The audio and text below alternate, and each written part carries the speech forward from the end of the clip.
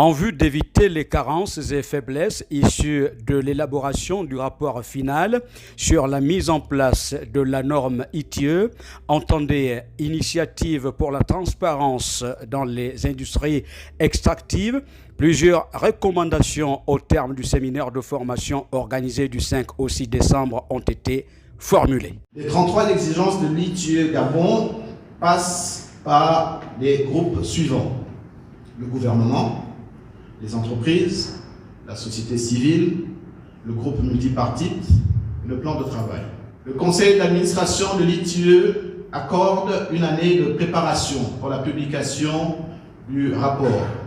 Si ce rapport n'est pas élaboré, le pays peut faire l'objet d'une suspension, voire d'une exclusion de l'ITIE l'année suivante si le rapport n'est pas publié.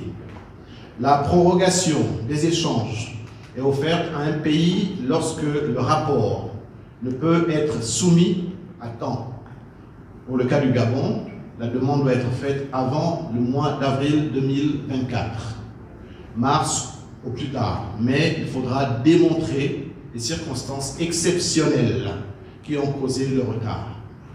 Un pays est suspendu lorsqu'il n'a pas publié de rapport à la fin de l'année, 18 mois pour un pays nouvellement adhérent. Pour mener à bien la rédaction de ce rapport final sur la norme ITIE au Gabon, rigueur et exigence s'imposent. L'ITIE, c'est un processus qui intègre non seulement l'administration publique, il faut les organisations de la société civile, il faut les administrations privées et les administrations publiques du secteur des industries extractives.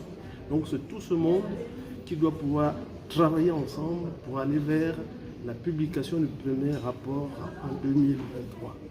Et avec la mise en œuvre de moyens, disons, à temps, nous pensons que le Gabon est plus ou moins préparé pour y aller.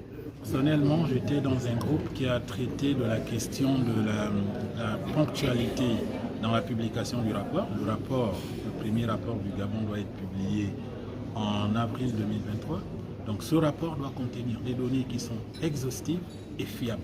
Donc il était question pour nous d'examiner les éventuelles contraintes qui peuvent nous empêcher d'être prêts à publier notre rapport en avril 2023 et proposer des pistes de solutions pour pouvoir remédier éventuellement, pour pouvoir lever ces contraintes et atteindre l'objectif qui est fixé, parce que l'échéance elle est fixée par le conseil d'administration de l'ITIE. Mais pour parvenir au résultat escompté, l'implication de toutes les parties prenantes s'avère indispensable.